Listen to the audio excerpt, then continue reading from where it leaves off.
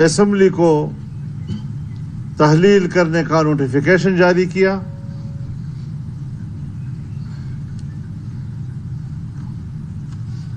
اور اس طریقے سے اس وقت پوری قوم کو ایک بحران میں یرغمال بنا دیا گیا ہے.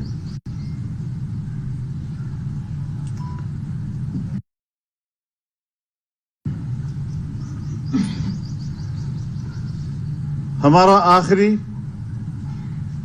اور اٹل مطالبہ یہ ہے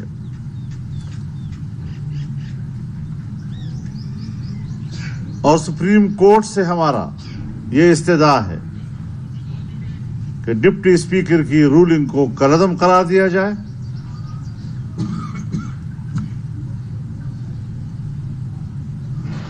اراکین اسمبلی کو عدم اعتماد کا ووٹ استعمال کرنے کا حق دیا جائے. انہیں نیا وزیر اعظم چننے کا حق دیا جائے.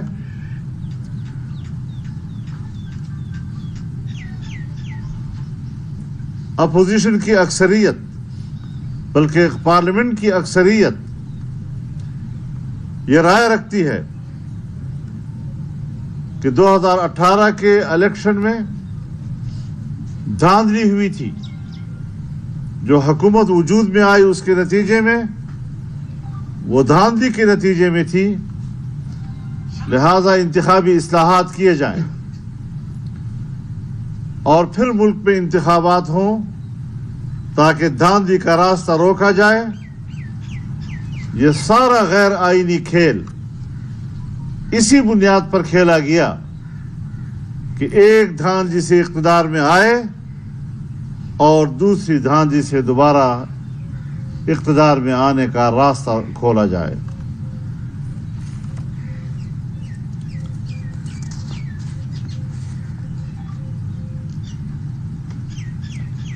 عمران خان نے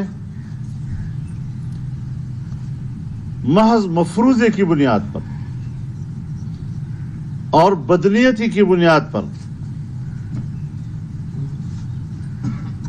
ڈپٹی اسپیکر کے غیر آئینی رولنگ کو بنیاد بنا کر قومی اسمبلی تحریر کرنے کی سفارش تھی.